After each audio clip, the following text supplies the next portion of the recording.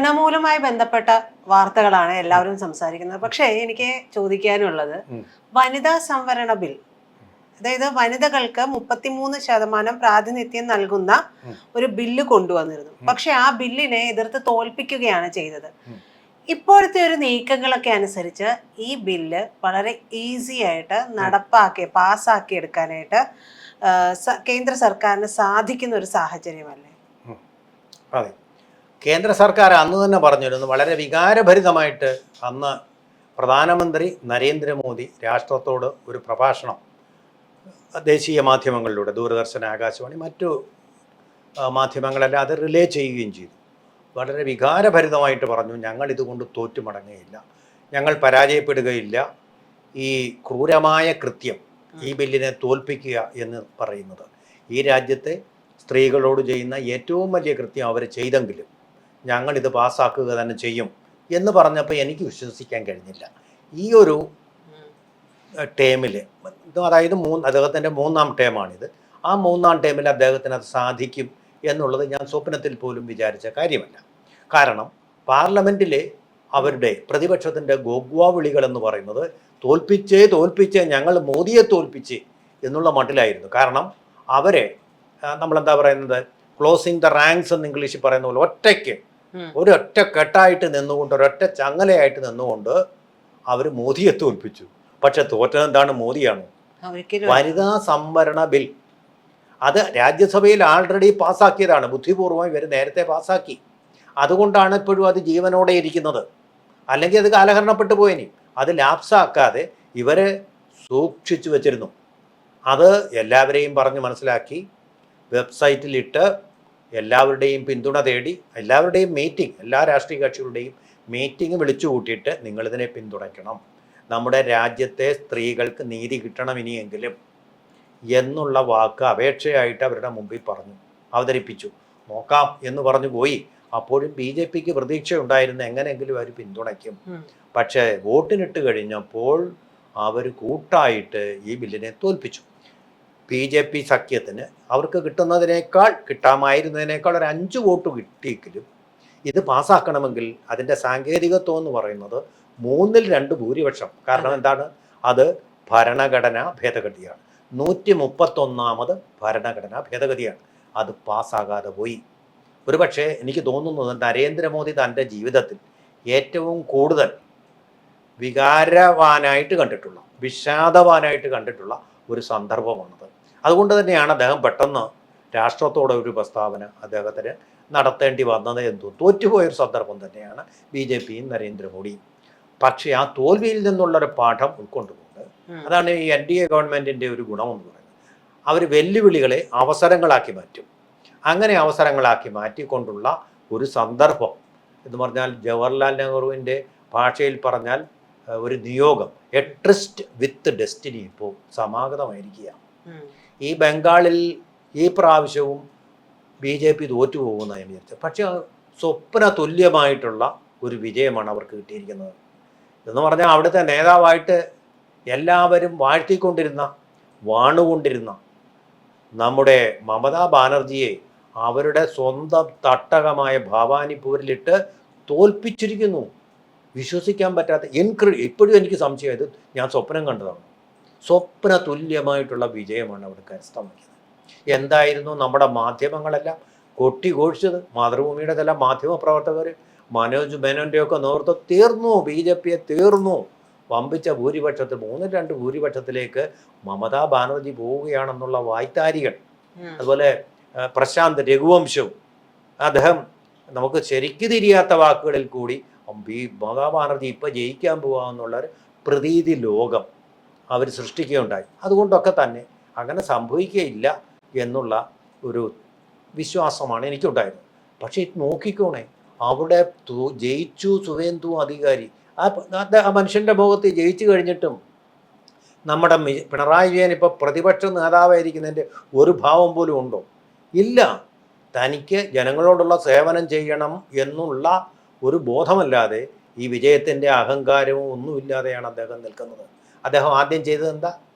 അദ്ദേഹം ആദ്യം ചെയ്തത് നമ്മുടെ അതിനു മുമ്പേ VD സതീശൻ പറഞ്ഞ സൗജന്യ ബസ് യാത്ര നമ്മുടെ പെൺകുട്ടികൾക്ക് കൊടുക്കുമെന്ന് പറഞ്ഞ് വനിതകൾക്ക് മൊത്തം, പെൺകുട്ടികൾക്ക് മാത്രമല്ല കൊടുക്കുമെന്ന് പറഞ്ഞ ആ കാര്യം ഇതുവരെ ഇവിടെ നടപ്പാക്കിയിട്ടില്ല. കഴിഞ്ഞ ദിവസം CP ജോൺ പറഞ്ഞു ഞങ്ങൾ 15-ാം തീയതി നടപ്പാക്കും, എല്ലാം തുറന്നു പറഞ്ഞില്ല. 15-ാം തീയതി ഞങ്ങൾ നടപ്പാക്കാൻ പോകാന്ന് പറഞ്ഞ് പുള്ളി ഒഴിഞ്ഞു മാറി. സംഭവം എന്താണെന്നറിയാം, ഓർഡിനറി ബസ്സുകളിൽ മാത്രമാണ്. ഈ ഓർഡിനറി ബസ് എന്ന് പറഞ്ഞാൽ തിരുവനന്തപുരത്തെ കാര്യം എനിക്കറിയാം, ഒന്നുമില്ല. എല്ലാം സിറ്റി ഫാസ്റ്റ്, ഇലക്ട്രിക് ബസ്സുകൾ അങ്ങനെയൊക്കെയാണ്. അത് സാധാരണ നമ്മുടെ മിനിമം ചാർജ് എന്ന് പറഞ്ഞാൽ 10 രൂപയാണെങ്കിൽ അവിടെ 12 രൂപയാണ്. അപ്പോൾ ഈ 12 രൂപ സ്ത്രീകൾ മുടക്കേണ്ടി വരും. 10 രൂപയുള്ള ബസ് അതില്ലതാനും. അപ്പോൾ സർക്കാരിന് എന്തെങ്കിലും നഷ്ടം വരുന്നു? എറണാകുളത്തെ കാര്യം എന്താണെന്ന് എനിക്കറിയില്ല. പ്രൈവറ്റ് ബസ്സുകളാണ് കൂടുതൽ. സർക്കാരിൻ്റെ എത്ര ബസ്സുണ്ട് ഇവിടെ ഓർഡിനറി ആയിട്ട്? ഞാൻ കണ്ടിട്ടില്ല. ഫാസ്റ്റായിട്ടും സൂപ്പർ ഫാസ്റ്റായിട്ടും AC ആയിട്ടും ഒക്കെ പോകുന്ന ബസ്സുകൾ മാത്രമേ ഞാൻ കണ്ടിട്ടുള്ളൂ. അപ്പോൾ ഗവൺമെൻറ്റിന് കാൽ കാശിൻ്റെ ഒരു ചിലവ് വരുന്നില്ല. ഇപ്പോൾ തൽക്കാലം ഞങ്ങൾ ഓർഡിനറി കൊടുക്കും, പിന്നെ തീരുമാനിക്കും. ബംഗാളിൽ ഇന്ന് ബംഗാളി സ്ത്രീകൾ മുഴുവൻ ഏത് സർക്കാർ ബസ്സിലായിട്ടും സൗജന്യ യാത്ര ചെയ്താണ് പോയിക്കൊണ്ടിരിക്കുന്നത്. അതാണ് ബംഗാൾ, അതാണ് സുവേന്ദു അധികാരി. മനസ്സിലായോ? അത് നടപ്പാക്കുകയാണ് ആദ്യം അദ്ദേഹം ചെയ്ത സ്ത്രീ നീതി. അത് കഴിഞ്ഞ് നമ്മുടെ ബംഗ്ലാദേശിൽ നിന്നുള്ള ഇങ്ങോട്ട് വരാനുള്ള ആ വഴികളൊക്കെ ഉണ്ടല്ലോ, അതൊക്കെ അടച്ചു. തോന്നുമ്പോൾ കയറി വന്നിട്ട് ഇന്ത്യൻ പൗരന്മാരായിട്ട് ഇവിടെ വന്ന് ക്രൈം ചെയ്തിട്ട് തിരിച്ച് നാട്ടിലേക്ക് പോകുന്ന പരിപാടി. അതിനുള്ള സഹായമൊക്കെ മമതയാണ് ചെയ്തു കൊടുത്തുകൊണ്ടിരുന്നത്. അതിന്റെ തെളിവുകളും ആണ്. ഇപ്പൊ കൊട്ടാരക്കരെ പിടിച്ചിട്ടുണ്ട് 10 പേരെ, 10 ബംഗ്ലാദേശികള്. ആ ബംഗ്ലാദേശികൾക്കെല്ലാം റേഷൻ കാർഡ് ഉണ്ട്, ആധാർ കാർഡ്, എല്ലാം മമത ദീദി കൊടുത്തതാണ്. ഇപ്പൊ ഇന്നലെ സോണിയാഗാന്ധി മമതയെ കെട്ടിപ്പിടിക്കുന്ന പിക്ചറാണ് നമ്മൾ കണ്ടത്. എനിക്ക് വേറെ വഴിയൊന്നും ഇല്ല ദീദി എന്ന് പറഞ്ഞുകൊണ്ടാണ് പരസ്പരം പിടിക്കുകയാണ്. എനിക്കത് കണ്ടപ്പോ ഒരു ചലച്ചിത്ര ഗാനമാണ് ഓർമ്മ. പൊട്ടിക്കരഞ്ഞുകൊണ്ടോമനെ ഞാൻ എൻ്റെ കുറ്റങ്ങൾ സമ്മതിക്കാം. ഈ സോണിയാഗാന്ധിയെ കണ്ണീർ കുടിപ്പിച്ച വ്യക്തിയാണ് മമതാ ബാനർജി.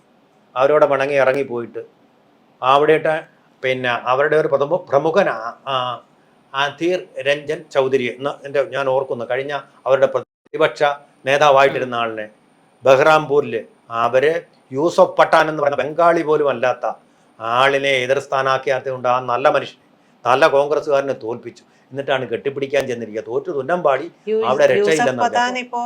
യൂസഫ് പത്താൻ ഇപ്പോ NDAയിലേക്ക് പോകുന്നു എന്നുള്ള വാർത്ത വരുന്നുണ്ട്. നമുക്കറിയാമല്ലോ, 28 MP-മാരിൽ 20 പേരും വിമതം ഒന്നടങ്കം പോവുകയാണ്. രാജ്യസഭയിലും നിക്കക്കളിയില്ല. ആകെ മമതാ ബാനർജി നമ്മൾ പറയില്ലേ, കാൽച്ചുവട്ടിയിലെ മണ്ണ് ഒലിച്ചു പോകുന്ന ഒരു സാഹചര്യത്തിലേക്കാണ്. പറഞ്ഞു വന്ന ഒരു വിഷയം എന്ന് പറയുന്നത് എല്ലാവരും NDAയുടെ പക്ഷത്തേക്ക് പോവുകയാണ്. ഇപ്പൊ സാറ് എൻ്റെ അടുത്ത് ഞാൻ ചോദിച്ചതുപോലെ, എങ്ങനെയാണോ ഒരു ഗെയിം പ്ലാൻ ചെയ്യേണ്ടത്, എങ്ങനെയാണത് എക്സിക്യൂട്ട് ചെയ്യേണ്ടത്, അല്ലെ? വളരെ കൃത്യമായിട്ട് എക്സിക്യൂട്ട് ചെയ്ത് ഇനിയിപ്പോ ഇത്രയും പേരുടെ കൂടെ പിന്തുണ ലഭിക്കുകയാണ്. ഇവര് പ്രത്യേക ബ്ലോക്കാണ് ചോദിച്ചിരിക്കുന്നത് ഒരുമിച്ചിരിക്കാൻ, ഈ വിമത MP-മാരൊക്കെ കൂടെ. അപ്പോ ആ ഒരു സാഹചര്യത്തിലേക്ക് എത്തിയിരിക്കുന്നു. മമത എന്ന് പറയുന്നത്, മമതയുടെ അടുത്ത് വേണം ഉപദേശകയായിട്ട് ഇവിടെ വന്നിരുന്നു എന്നാണ് ഞങ്ങളുടേതാണ് യഥാർത്ഥ തൃണമൂൽ എന്നാണ് അവര് പറയുന്നത്. ഋതപത്ര ഉൾപ്പെടെയുള്ളവരൊക്കെ പറയുന്നത് അങ്ങനെയാണ്. അപ്പൊ മമതയ്ക്ക് ചിന്തിക്കാവുന്നതിലും വലിയ അടി. തോൽവി എന്ന് പറയുന്നത്, ഇലക്ഷനിലെ തോൽവി ഒന്ന്, കൂട്ടത്തോടെ NDAയിലേക്ക് പോയ തിരിച്ചടി എന്ന് പറയുന്നത് ഒട്ടും സഹിക്കാൻ കഴിയുന്നുണ്ടാവില്ല. അതാണ് നമ്മുടെ ബംഗാളിലെ രാഷ്ട്രീയം അങ്ങനെയാണ്. ഇപ്പൊ നോക്കൂ, നമ്മള് CPM-ൽ നിന്ന് MP രാഘവനെ അവർ പുറത്താക്കി. കൂടെ എത്ര പേര് പോയി? CP ജോൺ, അങ്ങനെ കുറച്ച് പേര് മാത്രമേ പോയിട്ടുള്ളൂ, അവർക്ക് നഷ്ടം ഉണ്ടായിട്ടുള്ളൂ. പക്ഷെ ബംഗാളിൽ അങ്ങനെയായിരുന്നു. തോൽവി സംബന്ധിച്ച കൂട്ടത്തോടെ പോവും. അത് പേടിച്ചിട്ടാണ് BJP വരാതിരിക്കാൻ അവർ പരമാവധി നോക്കിയത്, ഫൈറ്റ് ചെയ്ത് നോക്കിയത്. ഒരു തെരുവ് ഗുണ്ടയെ പോലെ പെരുമാറിയിരുന്നത്. ഇപ്പോൾ സ്ഥിതി മാറി. ഇപ്പോൾ റാണി ഈച്ച എന്നും പറഞ്ഞ് ഒരു ഈച്ചയുണ്ടല്ലോ, തേനീച്ച കൂടുകളിലൊക്കെ. ഈ റാണി ഈച്ച അങ്ങോട്ട് പോകും, അതിൻ്റെ പിന്നാലെ ഈ തേനീച്ചകളെല്ലാം പോകും എന്ന് പറയുന്ന ആര് വിജയിക്കുന്നു അവരുടെ പിറകെ പോകും. അതാണ് ബംഗാളിലെ അസംബ്ലിയിൽ സംഭവിച്ചിരിക്കുന്നത്. നമ്മളീ പറഞ്ഞ വനിതാ സംവരണത്തിന് ബംഗാൾ അസംബ്ലിയുടെ കാര്യം തൽക്കാലം പ്രസക്തമല്ല, രാജ്യസഭയും തൽക്കാലം പ്രസക്തമല്ല, ലോക്സഭയാണ്. ഇതിന് പാസ്സാക്കാനുള്ളത് ലോക്സഭയിലാണ്. അതിൽ പരാജയപ്പെട്ടത് BJPക്ക് 3-2 ഭൂരിപക്ഷം ഇല്ലാത്തതുകൊണ്ടാണ്. അത്രയും വ്യക്തമാണല്ലോ. ഈ 3-2 ഭൂരിപക്ഷത്തിലേക്കാണ് BJP ഇപ്പോൾ വരാൻ പോകുന്നത്, NDA ഇപ്പോൾ വരാൻ പോകുന്നത്. അതാണ് നമ്മളെ അത്ഭുതപ്പെടുന്ന ചരിത്രം. നമ്മൾ കഴിഞ്ഞ ലോക്സഭയിൽ ഇത് അവതരിപ്പിച്ചപ്പോൾ സംഭവിച്ചു, ലോക്സഭയിലല്ല കഴിഞ്ഞ സെഷൻ, ഈ ലോക്സഭയുടെ കഴിഞ്ഞ സെഷനിൽ ഇത് അവതരിപ്പിച്ചപ്പോൾ സംഭവിച്ചത് എന്താണെന്ന് വെച്ചാൽ, BJP അവിടെ അവർക്ക് കിട്ടാവുന്നതിനേക്കാൾ 5 വോട്ടുകൾ കൂടുതൽ നേടി 298 വോട്ടുകളാണ് നേടിയത്. ഇത് പാസ്സാകണമെങ്കിൽ വേണ്ടിയിരുന്നത് 346 വോട്ടുകളാണ്. അതാണ് 2/3 ഭൂരിപക്ഷമായിട്ട് കണക്കാക്കപ്പെടുന്നത്. പക്ഷേ ഇപ്പോൾ ആ 346 കടന്നിരിക്കുകയാണ് ഇഷ്യൂ ബേസ്ഡ് സപ്പോർട്ടിൻ്റെ പേരിൽ NDA. ഞാൻ നേരത്തെ പറഞ്ഞല്ലോ പ്രജിത, അതായത് 20 പേര് പ്രത്യേക ബ്ലോക്കായിട്ടിരിക്കുന്നു. ഈ 20 പേരുടെ നേതാവ് കഴിഞ്ഞ ദിവസം അമിത്ഷായുമായിട്ടും അതുപോലെ തന്നെ അവിടുത്തെ ഒരു പ്രധാനപ്പെട്ട നേതാവും മന്ത്രിയുമായിട്ടുള്ള ആളിൻ്റെ വീട്ടിൽ വെച്ച് 20 പേരുടെ നേതാവും തമ്മിൽ ഒരു ചർച്ച, ഒരു ത്രികക്ഷി ചർച്ച. BJP ഉണ്ട്, വിമതരുടെ നേതാവുണ്ട്, കേന്ദ്രത്തിലെ മന്ത്രി. ഇവർ 3 പേരും കൂടി ചർച്ച നടത്തി തീരുമാനിച്ച കാര്യം, ഇവര് ഇഷ്യൂ ബേസ്ഡ് ആയിട്ടുള്ള സപ്പോർട്ട് BJPക്ക് കൊടുക്കാം. അപ്പം അത് കിട്ടുമേ. അത് കിട്ടിക്കഴിഞ്ഞാൽ ഏതാണ്ട് 22 പേരുടെ വോട്ട് അവർക്ക് കിട്ടുകയാണ്. 22 പേരുടെ വോട്ട് അവർക്ക് കിട്ടുകയാണ്. ഇനി അതുകൂടാതെ DMKയിൽ വിളർപ്പൊന്നും ഉണ്ടായിട്ടില്ല. അതിനെ തുടർന്ന് പരാജയപ്പെട്ടാലും CPM പോലെ വലിയ തകരാറുണ്ടാവുകയില്ല. അവർ മാസമായിട്ട് കഴിഞ്ഞ ദിവസത്തെ ഇന്ത്യ മുന്നണിയുടെ യോഗം ബഹിഷ്കരിച്ചു. ഒറ്റയാൾ പോലും പങ്കെടുത്തോ? CPM ജോൺ ബ്രിട്ടാസിനെങ്കിലും വിട്ടു, ഇവരാരെയും വിട്ടില്ല. വലിയ വിരോധമാണ് DMKക്ക് കോൺഗ്രസിനോട്. കാര്യം എന്താണെന്നറിയാം, 2 മന്ത്രിമാരെ വാങ്ങിച്ചു എന്നുള്ള ആ തെണ്ടിത്തരം അല്ലെങ്കിൽ ആ ചെറ്റത്തരം കാണിച്ചു എന്നുള്ളതല്ല, വലിയൊരു ചതി സ്റ്റാലിനോട് ചെയ്തു. കാരണം അവരുടെ ആൾക്കാരെല്ലാം നേരത്തെ തന്നെ TVK വിജയിക്കുമെന്ന് അറിഞ്ഞപ്പോൾ കോൺഗ്രസ്സുകാരോട് പറഞ്ഞ് അയാൾക്ക് വോട്ട് ചെയ്തോളാൻ. DMK പിന്നിൽ നിന്ന് കുത്തി, ഇരുട്ടടിയായിരുന്നു. ഇതിന് പ്രേരകമായൊരു സംഭവമുണ്ട്, പത്രങ്ങളിൽ നിന്നും റിപ്പോർട്ട് ചെയ്യില്ല. നമ്മളെ ഈ പത്രങ്ങളെല്ലാം ഒന്നും പറയില്ല, അല്ലെങ്കിൽ അറിയില്ല. DMKയുടെ മുമ്പിൽ രാഹുൽ ഗാന്ധിയോട് ഒരു കത്ത് ചെന്നു. കത്തും കൊണ്ട് ചെന്നത് നമ്മുടെ KC വേണുഗോപാലാണ്. ചെന്നിട്ട് പറഞ്ഞു, ഞങ്ങൾക്ക് 26 സീറ്റ് വേണം. സ്റ്റാലിനെ സമീപിച്ചു. സ്റ്റാലിൻ കാണാൻ പോലും കൂട്ടാക്കിയതില്ല. കാരണം ഈ കോൺഗ്രസിന് ഒരു ശക്തിയില്ല, ദുർബലമാണെന്ന് അദ്ദേഹത്തിന് അറിയാം. ആവശ്യമില്ലാത്ത അവകാശവാദം. അതുകൊണ്ട് പറഞ്ഞു കത്ത് കൊടുത്തിട്ട് പോകാൻ പറയാൻ, എനിക്കിപ്പോൾ കാണാൻ സമയമില്ല. പുള്ളി പോയി. അത് രാഹുൽ ഗാന്ധിക്ക് മുഖത്തേറ്റ ഒരടിയാണ്. കാരണം രാഹുൽ ഗാന്ധിയാണ് പറഞ്ഞു വിട്ടിരിക്കുന്നത്. എന്നിട്ട് 26 സീറ്റ് വേണമെന്ന് പറഞ്ഞ് രാഹുൽ ഗാന്ധി, അതായത് ഇന്ത്യ മുന്നണിയുടെ നേതാവ് കൊടുത്ത കത്ത്, അദ്ദേഹം ഒപ്പിട്ട കത്ത്, അത് കൊട്ടയിലേക്ക് ഇട്ടോളാൻ പറഞ്ഞു.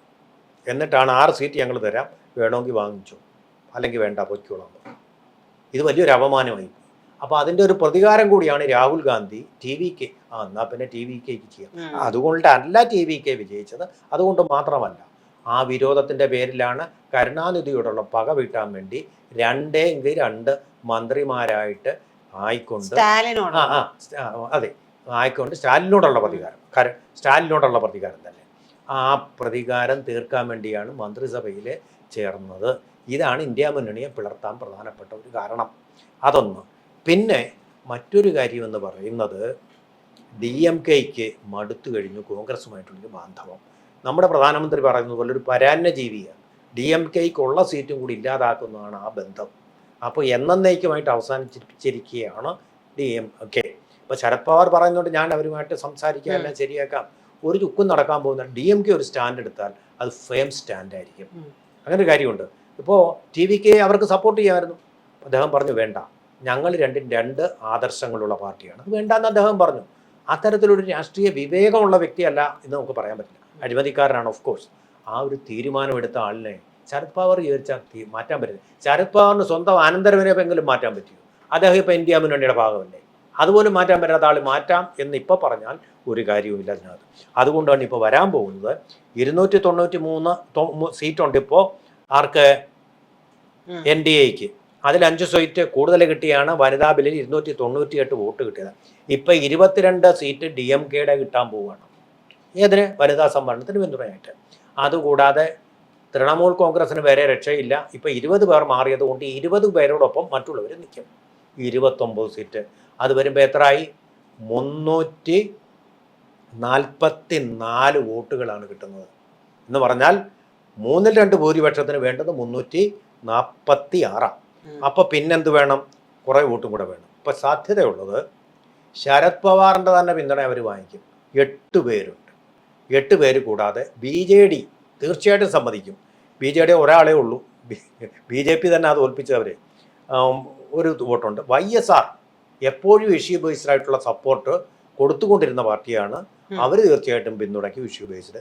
അങ്ങനെ വരുമ്പോൾ ഏതാണ്ട് 356 വോട്ടുകൾ NDA മുന്നണിക്ക് കിട്ടുകയാണ്. അവർ ആ ശക്തി ഉപയോഗിച്ചുകൊണ്ട് തീർച്ചയായിട്ടും ഈ ബില്ല് വീണ്ടും അടുത്ത സെഷനിൽ അവതരിപ്പിക്കുമ്പോൾ നമ്മുടെ രാജ്യമാകെ വനിതകൾക്ക് 1/3 ഭാഗം സംവരണം എന്നുള്ള ന്യായമായിട്ടുള്ള ആവശ്യം തീർപ്പാക്കി കിട്ടുകയാണ്. അത് ചരിത്രപരമായ വലിയൊരു വിജയമായിരിക്കും. ആ വിജയത്തിൽ ഈ പാർട്ടികളെല്ലാം ഭംഗിയായിട്ട് പങ്കാളികളാവും.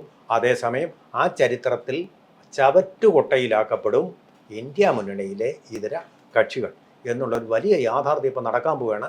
നേരത്തെ പറഞ്ഞതുപോലെ തന്നെ പ്രജ്ഞാനന്ദ എങ്ങനെയാണോ കരു നീക്കുന്നത് ചതുരംഗക്കളത്തിൽ, അതുപോലെ വളരെ സമർത്ഥമായിട്ട് കരു നീക്കിക്കൊണ്ടാണ് ഇവരിത് സാധിക്കുന്നത്.